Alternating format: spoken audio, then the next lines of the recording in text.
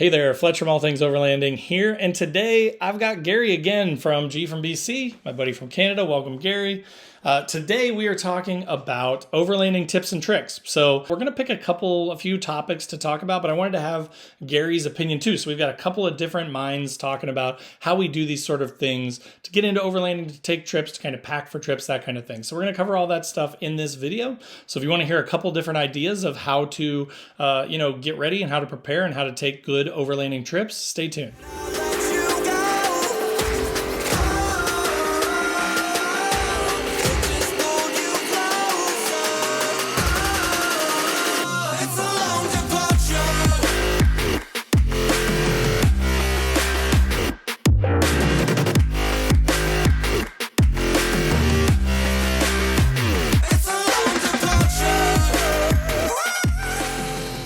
All right, guys. So as I mentioned in the intro, today I'm with Gary from G from BC. Welcome, Gary. Glad to have you, buddy.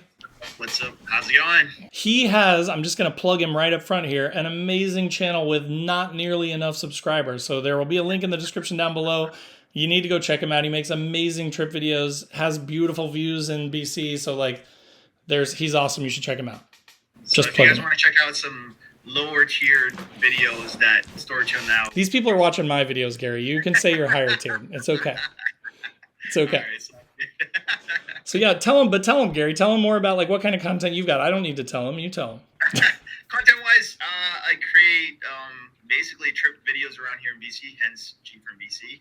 Okay. And I actually do a lot more than just off-roading, overlanding. I do take my I've been taking my RAV4 hybrid around, so not a Highlander, but a RAV4. Yeah, RAV4. So I do.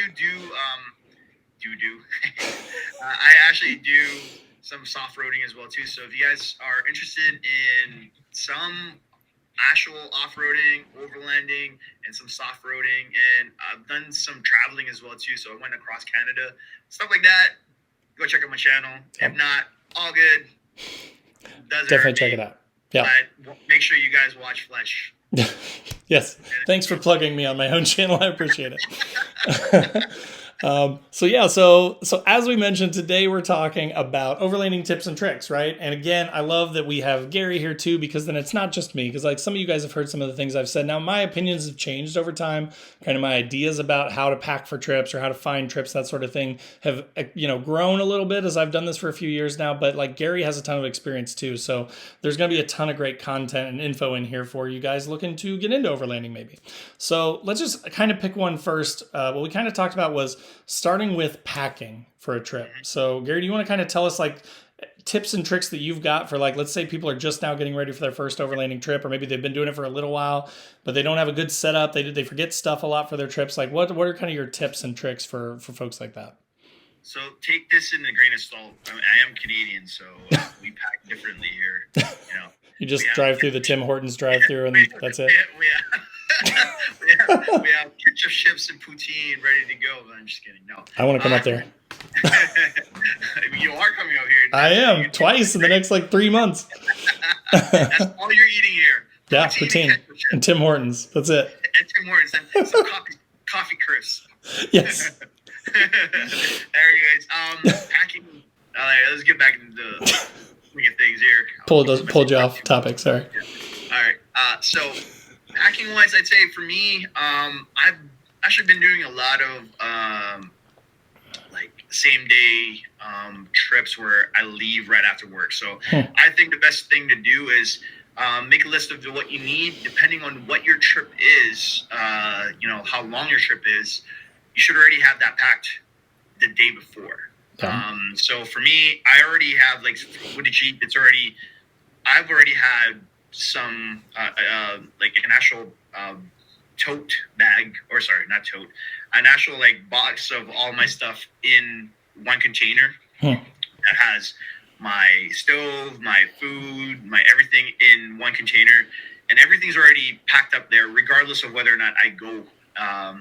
Whether I leave or not, right? And I just leave it in there, have extra, a change of clothes and all that important things already packed up prior to that. Then what I do is I just take out the stuff that I won't need. One thing, I don't take the Jeep often out anymore. Hmm. I just take it out for adventures, and I don't use it for daily driving, right? So, Sure. so basically, I can just leave whatever I have in that vehicle. But if you do use your vehicle as a daily driver, I'd say do it the day before. Yeah. Only reason why is so that you're not rushing, you're not forgetting anything. Best thing to do is have a list of things that you will be bringing, regardless of any big trips. Like, we'll probably mention like important stuff that you could probably bring, like definitely first aid, Sure. recovery gear.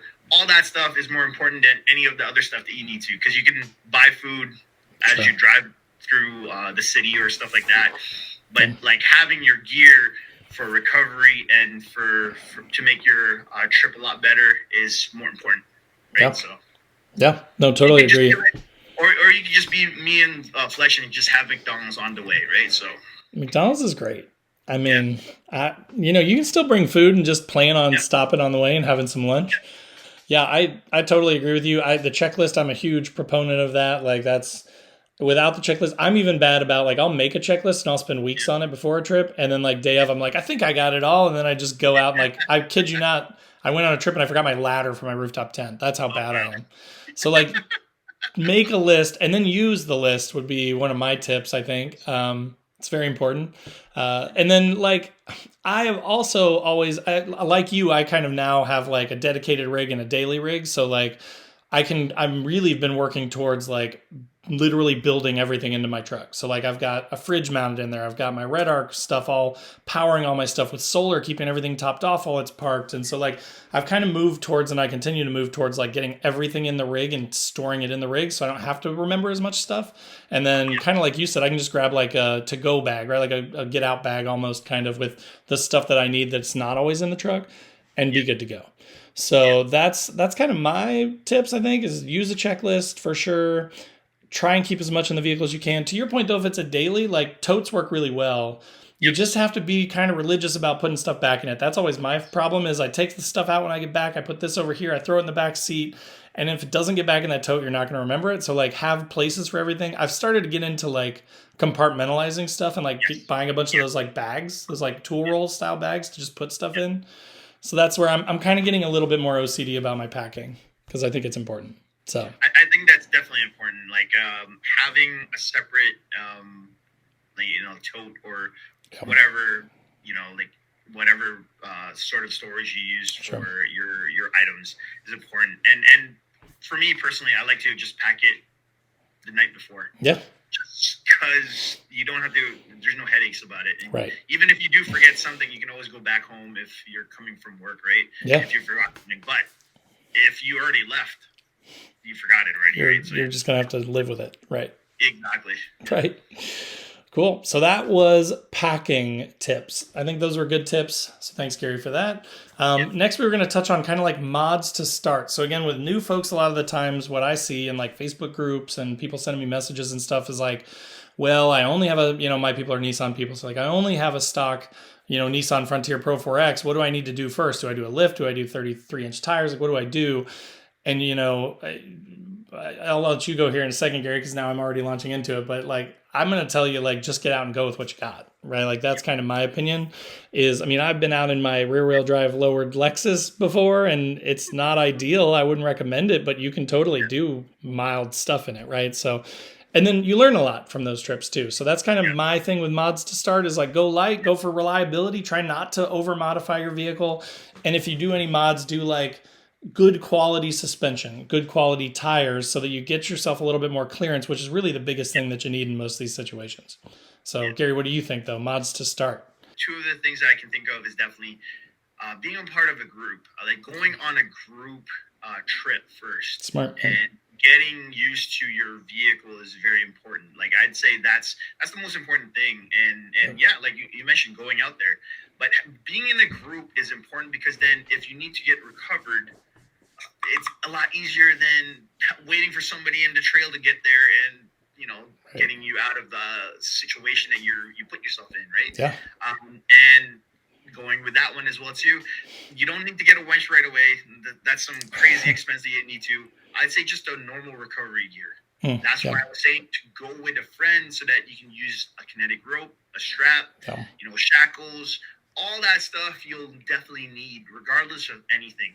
Yeah. And like going back to being on a group, it's easier to get pulled out of a situation like that, and just be mindful of what you're doing. Like, I mean, Yeah. don't be looking left and right and not paying attention on in front of you, right? So Yeah. that's kind of the thing that I can think of, especially modification, is recovery and just going out with your friends. Yeah. Those are the biggest. I'd say those are more important than getting a lift, getting all that stuff. Yeah. Like, you don't need that until later on, until you get used to your vehicle as well too. Like Yeah. a lot of people, and I'm pretty sure you're a proponent to this too. Before, just get used to your vehicle. Yeah. Like, drive your vehicle, Yep. try it out stock, do all that stuff prior to modifying your vehicle. Because once you modify your vehicle, it's gonna be like that forever. Yeah. And if you're not Unless you pay a bunch of money to go back. yeah. if you're not used to your vehicle, of how it handles and everything else, you're basically you're kind of messed up in that situation, right? So Yeah. Well, and it kind of tears me a couple different ways. Like, I love it when I see like really unique builds, right? So like a Jeep Compass or something. Like, everybody's like, oh, you can't off-road in that, and I'm always like, no, shut up, let them do it, like, let them learn. But the only thing that I would say is, like, don't dump a ton of money into that, thinking you're going to turn a Jeep Compass into like a Jeep Wrangler, right? Like, it's great. It gets way better gas mileage. It's got a lot of pros over like a big old lifted Wrangler if you go on like forest service roads and gravel roads and exploring the back roads of Indiana or something, for example. But like, yeah, but I love when I see those. But then I also then I feel bad because I feel like me, when I was younger, I had like a 4-cylinder automatic front wheel drive Pontiac Sunbird, and I was like, this is going to be really fast. I'm going to put exhaust on it and speakers in and do it. And I spent all this money on this thing, and it was never fast. And then the engine blew up at like 60,000 miles. Like, it was a Pontiac. So anyway, so yeah, I love unique builds, and I say do it, but like, don't get too invested in this idea that like, oh, these YouTuber or this Instagram person has all this stuff and I need to be on 35s or 37s or 40s, right? Like, just go with what you got, learn about it, like Gary said, and then later on you can decide, like, this is the right rig, this is the right mod for me, this is my trips require this much clearance or whatever. Then you can make mods accordingly. So good point. Cool. So then the last part of this video that we're going to talk about is one of the things that, again, I think like people have a tough time with when they're newer, and that's finding places to go overlanding and finding people to go overlanding with, which Gary kind of touched on that a little bit, that like, especially when you're new, it's important to not go by yourself, to go with a group, to learn from a group, that kind of thing. So Gary, do you want to go first with kind of your ideas for how to like find places and how to find groups and stuff like that?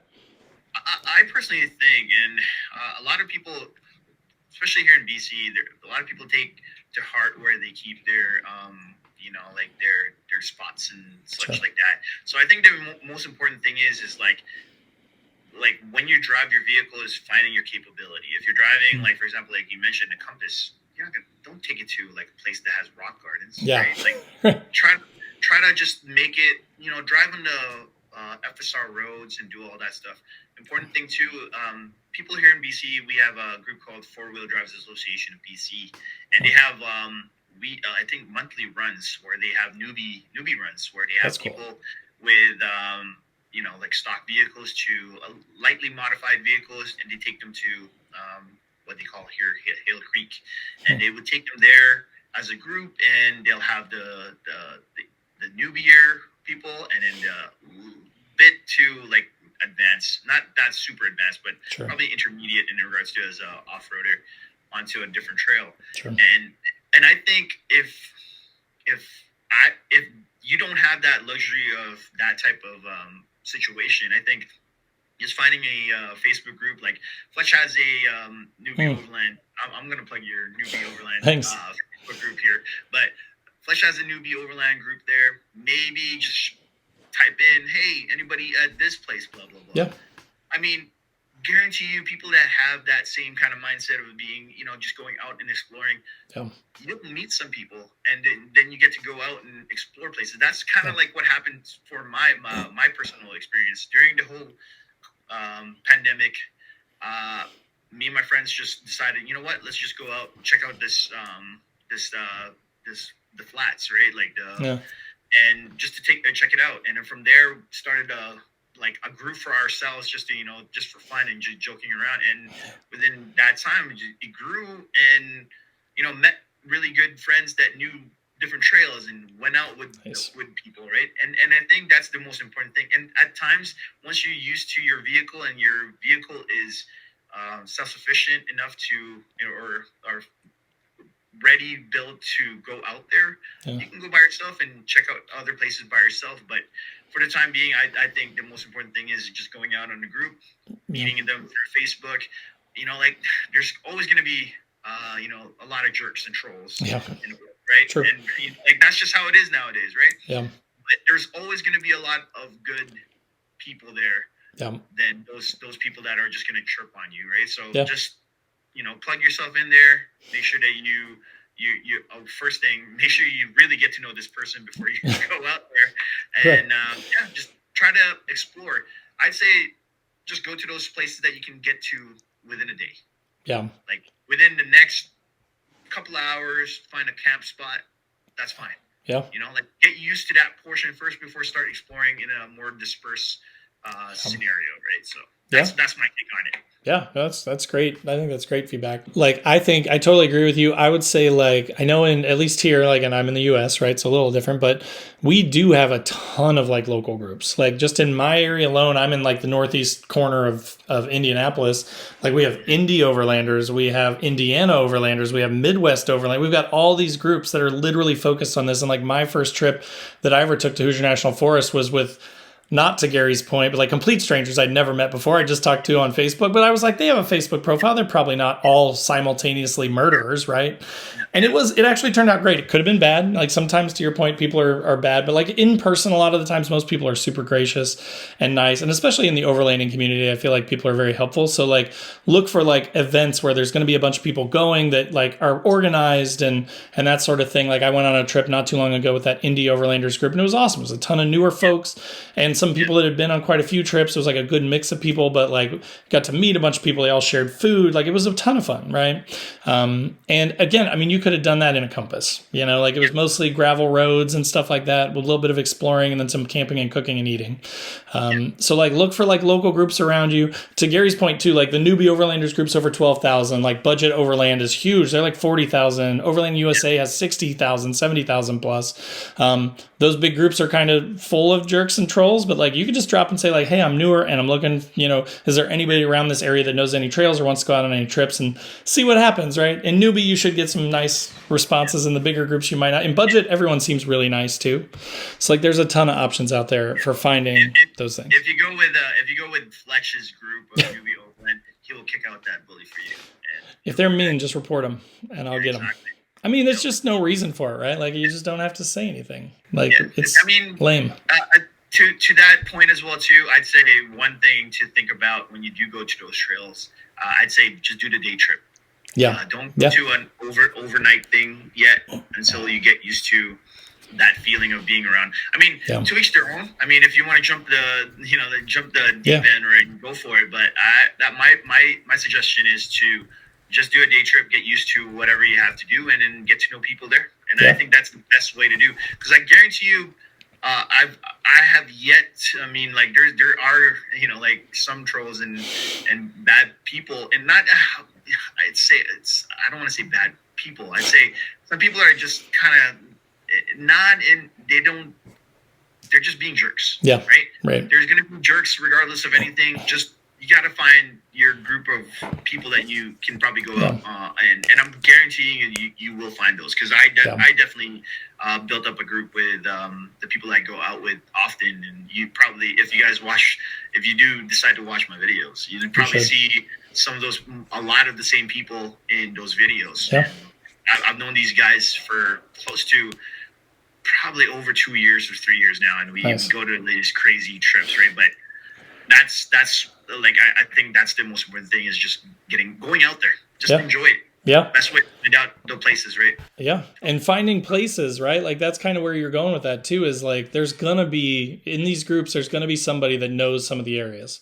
and they're going to be willing to take 5 or 6 people out. And then you can learn and you can drop pins and you can find places, and that'll give you a starting point. And then you can go out and you can explore more. And like Gary said, like take a day trip. You don't have to go out there just to like camp for 17 days. Like you could go out there and just explore and drop pins and find like I really enjoy that now. I didn't used to. I used to just be like spoon feed me places. And then once I got out there a little bit and I got a little more comfortable, like you said, right? Like where you get to like, oh, I can stay by myself overnight. I've got a toilet, I've got food, I've got a fridge, like I'm outfitted. Then it gets fun to just like go. I'll spend all my day just driving around, finding places, dropping pins, getting out, checking things out, taking pictures of the truck, whatever, that kind of thing. But you'll find places pretty easy just by meeting people. So I like that. Actually, also what you can do too is, like if once you get used to it and you get a little bit more experience, start checking out all the Gaias, what do we call those, Onyx, yeah. Or honestly, you don't even need to really get those. You can even just go Google Earth place, and figure out whether or not it's doable for you to get to those places. And then once you do, and you have a good group with you, and you're ready to go for it. Like that's the best way to do it. And just experiencing being out there. Like honestly. Once my phone goes, oh, no service, this is the fun part of the trip, right? Right. Yeah. Yeah. Totally agree. So cool. So that was kind of the episode, right? That was everything about overlanding tips and tricks from Gary, G from BC, and Fletch from ATO. So again, as I mentioned, Gary has an awesome channel, link in the description down below. Definitely go check him out, give him a subscribe, and watch his videos because they're fascinating. He's got a ton of cool stuff up in BC, and he's got beautiful drone work, and it's all good. So check that stuff out. Also in the description below will be links to all my other social channels. So wherever you want to hang out, come hang out. Like Gary has mentioned several times now, there'll be a link to the newbie Overlanders group down there too. So if that sounds fun, join that. And then there's also a link to Patreon. We've got a Discord. It's just a bunch of cool people hanging out, talking about rigs and gear and mods and that sort of thing. So if that's what you're into, love to have you. But again, thanks for watching. Thanks for listening. And we'll see you guys next week.